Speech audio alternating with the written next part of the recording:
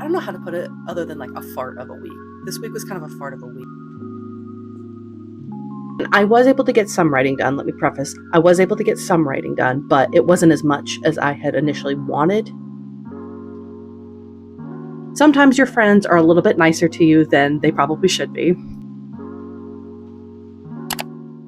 Hello, babes. Somebody wanted cuddles, so I have to hold her for now because she will not let me put her down. So let's do a quick chat about what we're going to be up to for week 6 of the author curriculum. So for creative writing, we're going to bump it up a little bit to 4,000 to 6,000 words for the week. The reason for this is that I'm not going to be doing any editing this week for Twisting Fates because obviously we finished that last week. So we've got a little bit of extra time. So we're going to be doing a little bit of a catch up from the last week or so of not doing as much writing. So we're going to bump it up a little bit and see if how that works for us this week. Then for editing and proofreading, because I don't have anything to send or to like edit right now, we're basically just going to be sending out the beta reading information to my beta readers, which for the most part I've already actually done, but I do need to send it to 1 or 2 other people. So that'll be just a quick blip in the week. So that'll be relatively easy and we can call that an easy win for the week. For the reading, we're going to be doing chapters 51 through 60 for Count of Monte Cristo. Obviously, we talked about it last week as well. I didn't get to 50, so I'm still at chapter 46. So this week is also a little bit of a catch up with reading. But this weekend, we're going to be going out of town for my godson's birthday party. So I'm going to be able to catch up with that with the road trip. Like it's going to take a few hours to get down there, so I'll be able to catch up with that. For communications, as usual, we're going to be doing our platform-specific action plans. So that one's relatively steady. For health and wellness, I didn't get to do the yoga class last week because it was a crazy week last week. So we're going to try to do one this week. I'm not 100% positive this one's going to pan out either, just because of like a lot of places around where I live, you have to like schedule in advance or you have to like book in advance to get a spot and they fill up really quickly. So I'm going to have to see if there's still any spots open for me. Like some places do walk-ins, but like we'll just have to see. I've been enjoying doing yoga at home and I'm not going to lie, I'm just a little also nervous of doing it around other people because like I've been doing like my 15, or so minutes of like stretch yoga. So it's not like intensive yoga. It's just like getting a good stretch, kind of getting ready for the day sort of thing. So therefore I'm a little nervous to do a little bit more of intensive one, especially around other people. But we're going to try. We're going to see how it goes. Again, the worst that happens is that I show up, I embarrass myself, and then I run away. And then we call it a day. And then for sculpting, we're going to try and play around with a few additional, like individual charms. So last week I showed you guys like the ideas that I had for, all of the individual little things that I had for the keychain. So I wanted to play around with making some like individual charms just to see if there's any other additional ones that I want to make, if that makes sense. So like, I showed you guys the basic ones that I had made for the keychain, but I wanted to play around with like some like different ones that aren't like of that variety. So we're going to do that. So that is what we're going to be doing this week. So let us get started.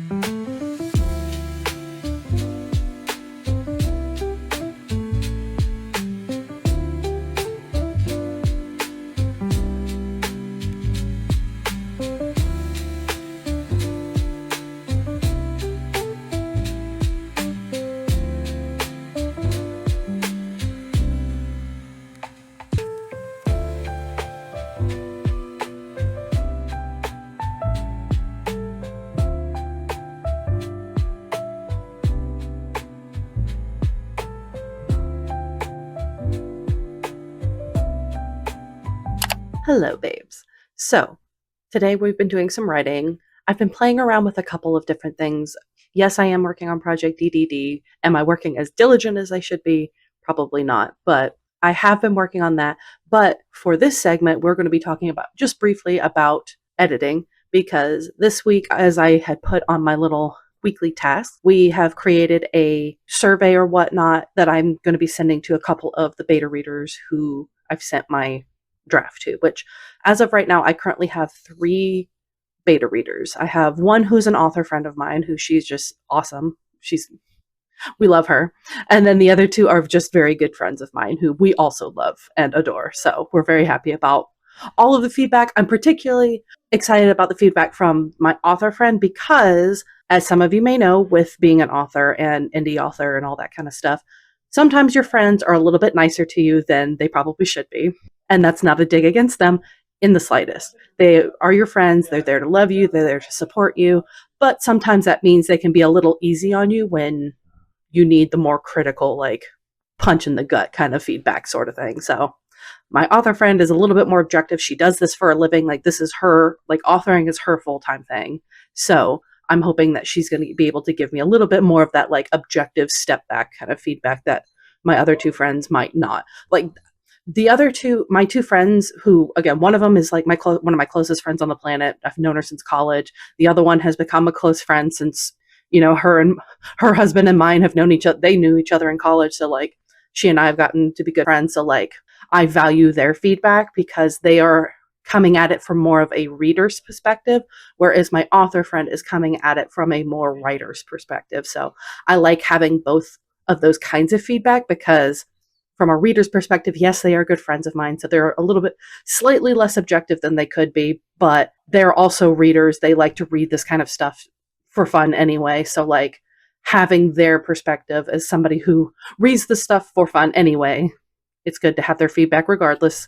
And then again, author friend for the more structural sort of like writerly feedback that you need to help kind of tailor some of the content to make it work better, if that makes sense. So that has been sent out. I've sent the one author friend that I sent it to, I did not send the feedback survey to because she doesn't need it. She has her own way of doing feedback or whatnot. But with the other 2, I have sent them a survey before. So it's easier because that way I can kind of tailor them to like what exactly I need from them in some regards. So I thought it would be kind of interesting for this segment of like a little, I guess, behind the scenes of like exactly what I put into my survey. So that way you can actually see like what one's like. And maybe if you are an author or just writing for fun and you are looking to do something like this for your own readers, then you can take some inspiration and take some of my stuff and maybe use it for your own. So we're going to hop over to my computer and then I'll show you just a quick little glance at what my current survey is for Twisting Fates.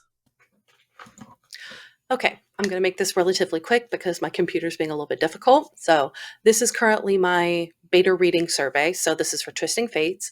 I have basically just like a general intro section just to, hey, people who already know what to expect. This is just like a little reminder for them. I don't really need this information from them. This is more in the future. I would like to get a larger group of beta readers in the future when I get a little bit more established, which would be great.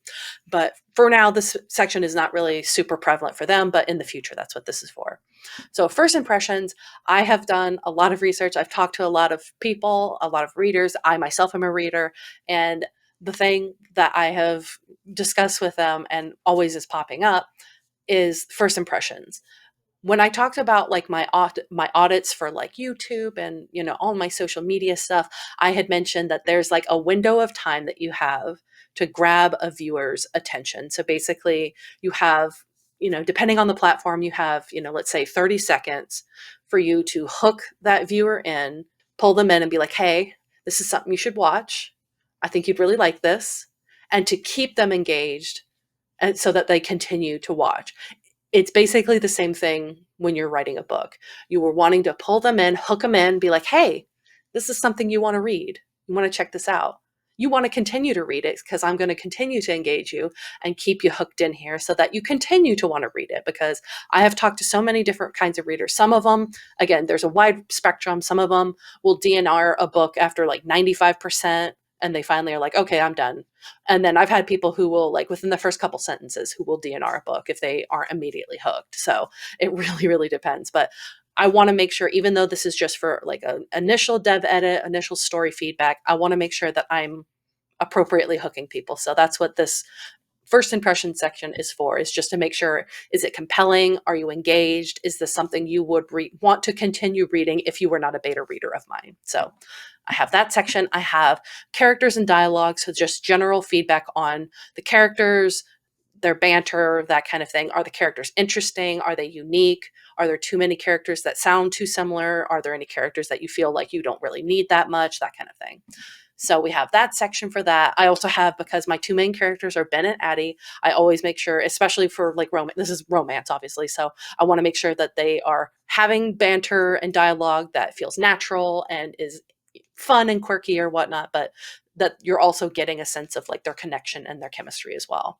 Then I have for the plot, does it make sense? Are there any plot holes? Are there any points in which you were really confused, or that you were not sure like what was going on or why things were happening the way they were? That kind of thing. So that's for the plot. I have a section for miscellaneous, because obviously there might be something that they come up with that I didn't think of. So I have a section for that. I also, as you can see down at the bottom, I'm not going to keep scrolling because that is going into a little bit more of a spoilery territory, but I do have a section for the book blurb, which I have the book blurb and the tagline that I'm thinking of using for Twisting Fates. So that's kind of a section of like, hey, if you were not a beta reader of mine, is this something that you would read and be like, hey, I want to read this book, that kind of thing. So I have that down there. So that's kind of my current survey for beta reading. So if in the future you guys want me to create like a template for you guys to use, I can definitely do that. Just let me know. In the meantime, again, like I said, I've got my other friend who I'm going to be beta reading her book. So I think going forward, that's what we're going to be doing. So let's skip to that part of this, because we're going to obviously start working on that this week. So let's jump to that. So, hello. As you can see, I am just now getting back from my friend's house and I have very little energy left. So, I thought I would go ahead and do this and get this out of the way. Yes, as you can see, I am in my Buc-ee's. It's not a onesie, but it's my little pajamas. I thought these were the cutest thing ever. So, admire. We're obviously, I was able to catch up. So, very good news. I was able to catch up with my word count or reading count for Count of Monte Cristo. So, last week, I had stopped off at 46 and I'm now up to 61. So I was able to complete my reading goal or like finish off what I had not been able to finish. And I was able to complete all of last week's reading. So we were able to catch up fully. So I thought we would go ahead and do these two quizzes. There's chapters 47 through 53. And then after that, I think it's 54 to 62. Yeah, I think 62. So technically it's a little of an overreach of what I already like where I'm currently at, but I'm pretty confident I know what's going to be going on based off of the context of what's been put down, all that kind of stuff. So we will see how that goes. So let us start chapters 47 through 53. So what does Monte Cristo instruct Bertuccio to purchase at twice it's the Danglars horses? Yep, because that was the whole thing. Who saves Madame de Villefort and her son by lassoing their horses as they run wild past Monte Cristo? That is his servant Ali, I think. Yeah. Yes, it's his servant. Okay. When Villefort visits Monte Cristo, he reveals that Noirtier has been not murdered. Oh, he was paralyzed. That's it. He was paralyzed by a stroke. According to Maximilien Morel, who does his father believe is truly responsible for saving his family? I remember this because this was a whole huge thing. And I was squeeing when I was listening to it because we took turns driving and I was the one driving at the time. And I was just squeeing because he knew it was Edmond. He knew it was Edmond before he passed away. When Monte Cristo visits Villefort, this is why I will never be French because I'm terrible at pronouncing names. When Monte Cristo visits the Villefort's home, Madame de Villefort is particularly interested in his knowledge, I remember this, of poisons. I feel like that's going to come up in a later thing. Don't quote me, but I have a feeling like it was such a heavy emphasis that there like this whole huge discussion between her and Monte Cristo. I just that it's going to come up in some way or another for her. I just know it. So we're going to try the 54 to 62. Obviously, again, I'm in 61 now, but we're going to see how I do. So, all right. Where is Heidi when she recognizes Morcerf? They're at the opera. That's right. Yep, they're at the opera. Who reveals that her stepmother wishes her to remain unmarried and join a convent despite her engagement to Franz? Valentine. Yeah, because Valentine's in love with Maximilian. I picked up the tea there. Whose devoted servant is Boros? Boros? Boros. Is that it? Oh, it's Noirtier. I knew that. So that was a thing too. All right. Monte Cristo bribed a telegraph operator to send a false report of an impending revolution in. Okay, so this is where I'm not. I'm going to guess. Okay, so they're in France. So that's not it. I'm going to say maybe Italy? No, Spain. Okay, so they're in Spain. And then how much money does Dunglass lose as a result of Monte Cristo's subterfuge with the telegraph? So in the whole thing with the will with Noirtier, it's 900,000 francs. But I mean that's not the same thing, but like that was a whole money thing. So I'm gonna guess 1,000,000 francs, maybe. Yes. Okay, I did better on that than I thought I would. Okay, so we're good. So I've gotten all my stuff written down. So I've got I've been writing down my little score. So basically at the end of the course, I'm going to tally up my little, obviously I didn't do all of the quizzes because we're a lot further in when I started doing this, but from where we are, I'm tallying up all the numbers so that at the end I'll do like a bigger prize, which I haven't decided yet, but I had a sneaking suspicion I would do well this one because again, I've been hyper focused on this book because I've been driving. So it's like, it's a lot instead of like doing other things while listening to the book, I've been listening and driving. So it's been very helpful in that way. So I already got my prize and it's a Bucky's mug. My husband does not know I got this for myself. So it'll be our little secret until he sees this video and then it'll be all of our little secret. But I got this Bucky's mug because as you guys have seen, I have my red Bucky's cup here. I absolutely love this thing. I take it with me everywhere. So when I saw that they had a nice Halloween version and that it was cute and it had like the Bucky's put a spell on you thing, I needed it. I needed it. So we're going to say that this is my prize this week. You guys had some really great ideas when I had posted last time about what ideas you might have for it.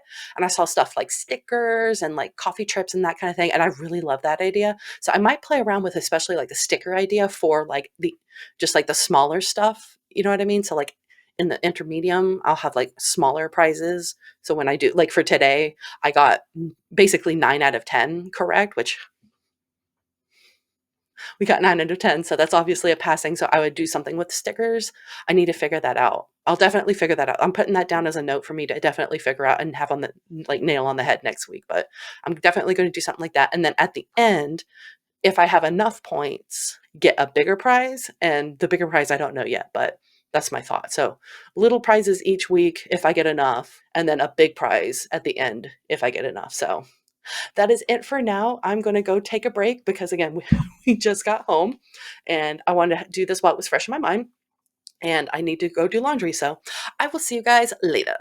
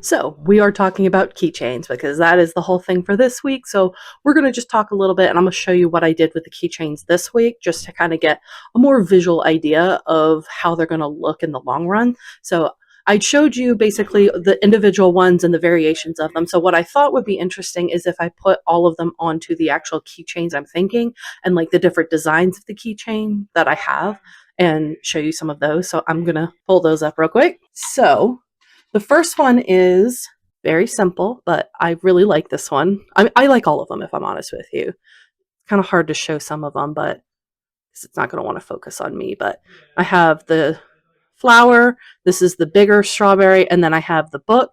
And this little keychain has like a heart on it, which I really like. But this is what ideally they're all going to look like. I'm not sure of the exact order of them, whether like the flowers on the bottom or the strawberry or whatnot. But this is one design. And then I put together one. It's also got the heart thing on the top. This one's a little bit longer, like the chain is longer. So I have 4 as opposed to 3. This one still has the book on it. This one has the strawberry with like the little heart cut out of it. We've got the daisy still. And then this one at the top is just, I needed something as like a placeholder because of how long the chain was. So I put the little heart that's got P&P stamped on it. So this is another one. I'm not sure about this one because it has 4 charms as opposed to 3, but this is an option. I've got this one. This one's got a little bit more simple design because it's just like the simple keychain thing. But it's another one with like the cutout heart, the daisies, and the book and all that stuff. So this one's the most simple, but I also had another interesting thing to put on it. So this one is like, this is the kind of keychain. So it's a very, very simple one. I've got the book at the top, so I switched the order on this. I have the flower. I have like a whole strawberry. And then I had, based off of like, when you make these, I'm just making these for fun right now, but like you get little kits. And this one came with little letters on it. So I thought this would be cute if I did like a little P. So I made so many of these, honestly. I just had so much fun with it. This one is the big strawberry. This is another like simple hoop one. I switched the order of this so that the strawberry's on the bottom, the book is in the middle, and then the flower is up here. So that is that one. And then another one where I did the different order. This one's with the heart keychain, and then the book is at the top, like the kind of medium-sized strawberries in the middle, and then the, come back here. And then the daisies down at the bottom. So those are kind of the different like variations that I've played with for this. I honestly like all of them. Like after I finished making all of them, I was like, I really actually like how all of them turned out. It's just more like if I actually wanted to make them a thing, which I'm still not 100% sure of. I like being able to make these for myself, but I don't know if I want to like make them like put them on my shop or that kind of thing. It might be fun if people are interested, but I haven't 100% decided on how I would do that because obviously I'd be having to like just make a ton of these at a time. But I really like the ones with like the little heart thing. These, again, this, hook things came with the kit that I got for making keychains or whatnot.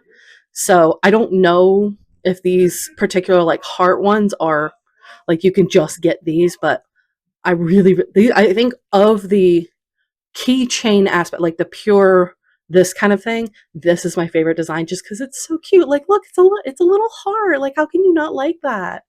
So yeah, I think that one's my favorite. I'm still not sure on which version of like the strawberry I like best. I'm kind of personally leaning towards the ones where like it's like the little heart cut out. Come here, you. It's like the little strawberry, but it's like got the heart cut out of it.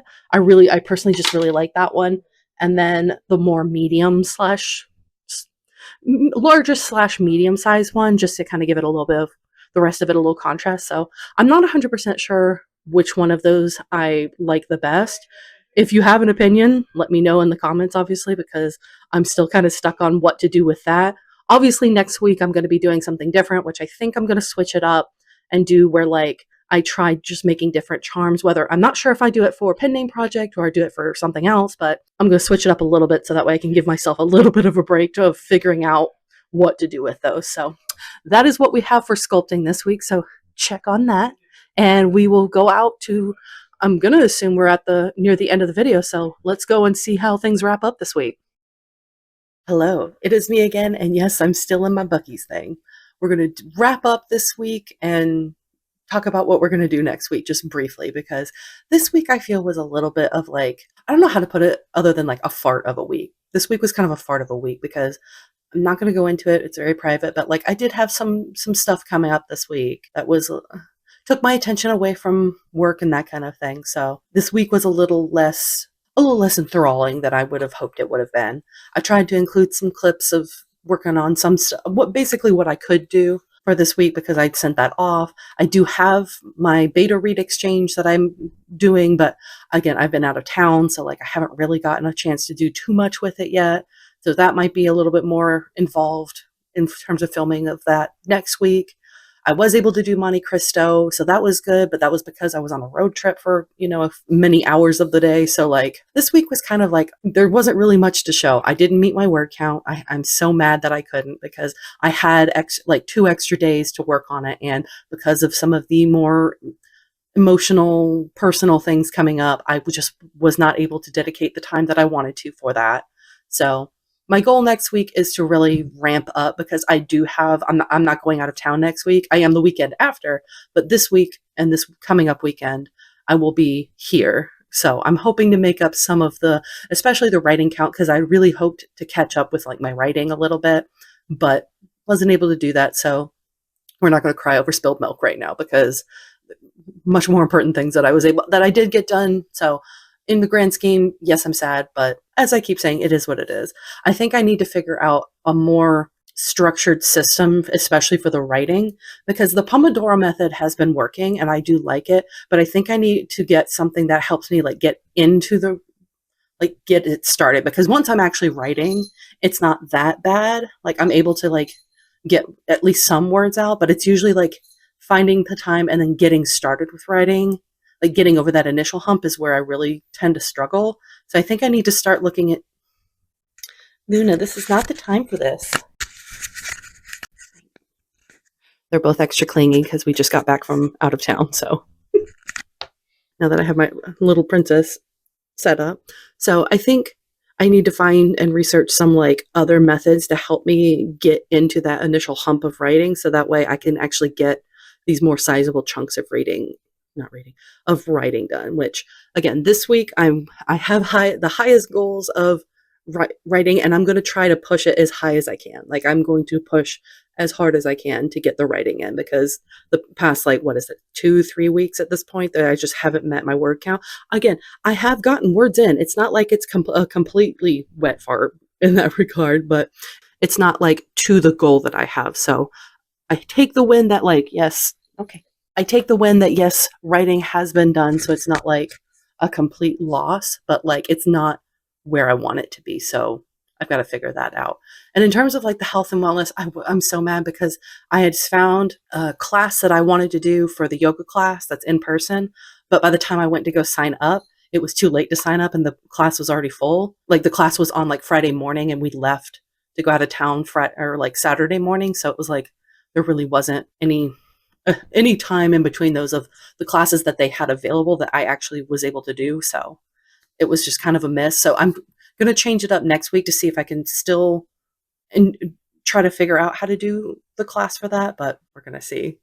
Again, this week was not probably my finest week in terms of like getting my goals done, but like that's just life. That's just how things go. So this will probably be a shorter video than usual, and that's okay, because not every week is going to be, this grand, like last week was a huge milestone. We were able to finish the edits for that draft of Twisting Fates. So that was a huge milestone, but this week is kind of the more, okay, now we're settling back into getting some other stuff done. So that is going to be it for this week. Again, I'm sorry. I know this week is going to be a little bit of a shorter video, but I appreciate you guys sticking around anyway. I'll try to make next week's more exciting because I'll have more time to do stuff.